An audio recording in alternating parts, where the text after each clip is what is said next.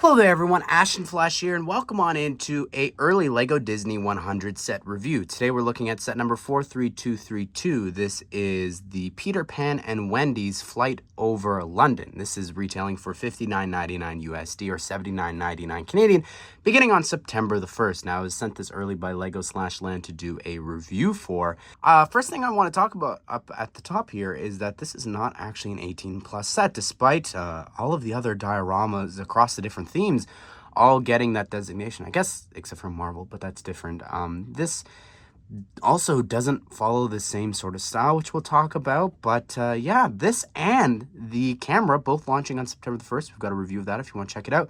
Both of them should be 18 plus, but for some reason Disney's steering away from that. I think that's quite interesting. But yeah, also I want to talk about the price. I know some people don't think that I'm allowed to since I was sent this for free, but yes, the price is high for this. There's actually quite a lot of recolors here for some pieces, as well as new prints and a couple different things. So I understand it's also a diorama. It's got the diorama tax. A lot of the dioramas are quite expensive and overpriced, as well as just a Disney tax in general. So there's quite a lot adding to this price. But I think it's a pretty fun set that I'm excited to show you. So let's go ahead and let's take a closer look at this thing. So here's the diorama on its own, and it's quite interesting. Again, I want to talk about this. It's important to mention that unlike all the other dioramas, there's no quote tile. It's actually a little different too. It's got a Disney 100 tile. Now this tile has appeared in some other sets so far, so I'm sure it's going to appear in more down the line, but I just think that's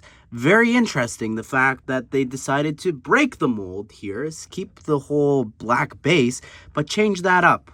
Don't know how I feel about that, but continuing through here and spinning it around, you could see just a bit of a 360 here, so you can see in behind the clock tower in the sky and how that's all built. Also, I don't know if this is something you care about, but this whole thing, it's really solid. Like, I'm grabbing it here by Big Ben, and this is what underneath looks like as well, in case you were curious for the base. So here it is. Here is the part of London that's super, super tiny, and it's really cool. I love how they've designed it. You've got a couple of like bridges crossing this river that winds and bends throughout this thing, and I like this one. It's a little bit larger. It's got some lights on it as well, but even just the designs here for the little part here of London with these little the jewel pieces for lights and just the different roofs on these houses and the colors and everything that they've chosen for that, I think is very interesting. You've also got some little silver candlesticks. I'm going to assume that these are meant to be maybe like chimney stacks, a part of these little buildings here in micro scale. But yeah, you've got a bridge there, a bridge here. So you got 3 in total. Also the little bushes there, or I believe the little ice cream pieces are meant to represent some trees.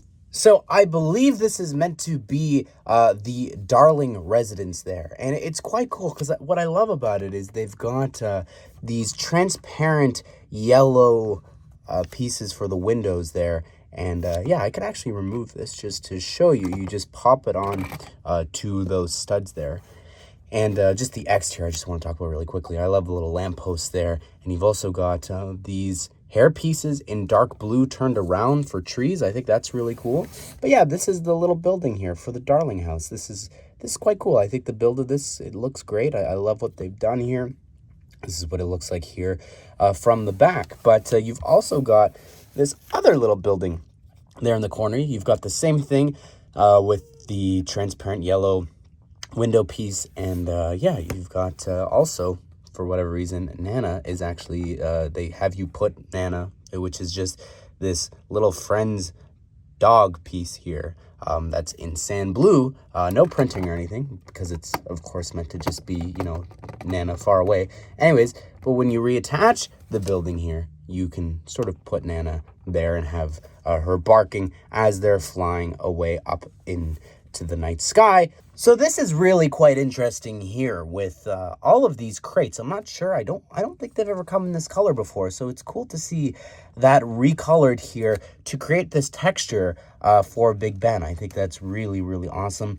But that is just like, you get so many of those big crates and you just build them all up. So the Kingdom Hearts fan in me absolutely loves and adores this section of it because, you know, you fight outside here, you fly around here. So it's quite remarkable to have this as an actual Lego set. I think that the color scheme is quite interesting. There's quite a lot of white here for nighttime, but I get what they're going for here. I definitely think maybe it could have been a different blue, but it still looks really cool. And this piece here that you get 3 of is just remarkable. Like, look at the printing on that there with all of the Roman numeral numbers. That's just so cool, and you can really just line it up because there's little ticks there. You can just line it up with those pieces that they've picked here.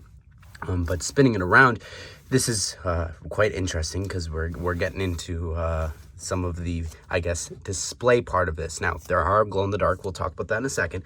But this piece was actually introduced, I guess, August 1st, a little earlier, a month before. But this is from the superheroes little diorama sets that they've created. So it's quite cool. I love the design of that and how it works. It allows you to have characters either grab on to the ends there, or what you're meant to do is have Tinkerbell actually flying there, and you just attach one of her legs to the stud, and there's actually it's a double stud, so you could attach it to either side of this little new stand. Back down below, this is the sky, and it's this solid dark blue wall here. You do actually attach these 1x8 flat tiles there to sort of, I guess, hold it all together. I'm not sure why they have you do that, but anyways, you've got some stars in the night sky, as well as one of those pieces, the 3x3 flat round tiles without any printing for the moon, and then a piece from Monkey Kid there for the clouds to actually cover it up a little bit. But then you take Peter Pan and Wendy here, and you can just, attach their hands however you want to these little stands, and you can pretend that they are flying away here. And that's just like such a cool little effect here. You could see them flying up from the house. I think that's really awesome. And you can also sort of just turn this around and spin it different ways and pose it however you really want to have the figures sort of flying around. So there's a lot that you can do with the little superhero stand pieces. And actually interesting, both these stands both introduced from superheroes. All right, so let's take a closer look at it in the dark here, because it does glow in the dark. Now, it is daytime, so hopefully this works. This is the darkest I can make it right now, but you can see just how cool it looks with it glowing in the dark. I think the idea of that and just adding that, it's completely unnecessary, I think, but it does add something, and I really appreciate how that looks. I also need to talk about this because I know I'll get comments. Yes, there are, for whatever reason, Technic holes in the back. For the Darling house, it's the same thing up at the top. I don't know if it means anything. I don't think it does. They don't line up. I don't know. I think that some people are hoping that like more Disney dioramas will come out and you can connect them somehow. It's definitely a possibility, but I just think it's so that the light can shine through, but that's just my opinion.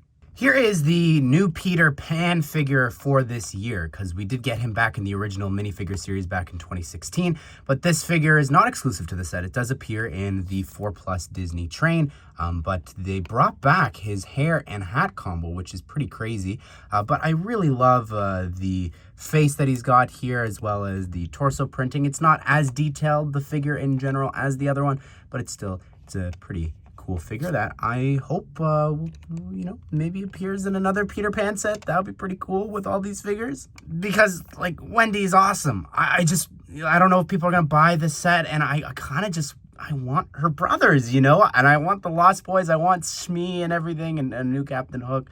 Anyways, Wendy's incredible to get here. Like, she looks awesome. She's got dual molded arms. That's not something they needed to do here, but they did. She looks great. I love this new hairpiece that they created for Wendy specifically. She's got this in her mini doll form for the first time as well, in the Treehouse set. If you haven't seen that, we have a review of that on the channel. But yeah, you could put a bow in the back there. It's just a really cool looking hairpiece. Like, it's just incredible.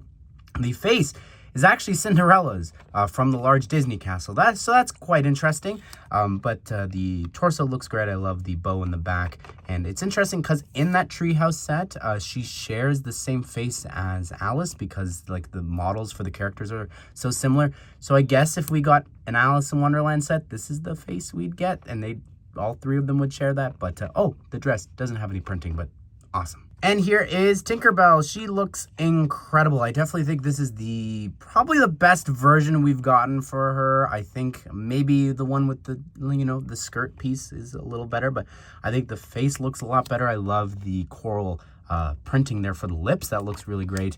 Also the hairpiece, to have her, come from that huge castle, being exclusive there, then putting her in the little train, and now this, I'm torn about it, but I'm glad that she is here. I kind of would have loved a micro figure for her, but the wings are just absolutely incredible here. These video pieces in transparent blue.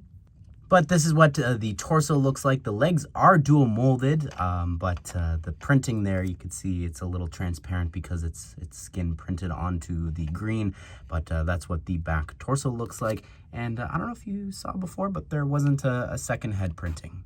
Well, there you have it, everyone. That is my review of the Peter Pan and Wendy's Flight Over London. I think that it's a really fun set. I'm a little surprised that this is our first Disney diorama set, but it's a good start for sure. I think that I definitely would have loved, a different Peter Pan set. I'm glad we're getting Wendy.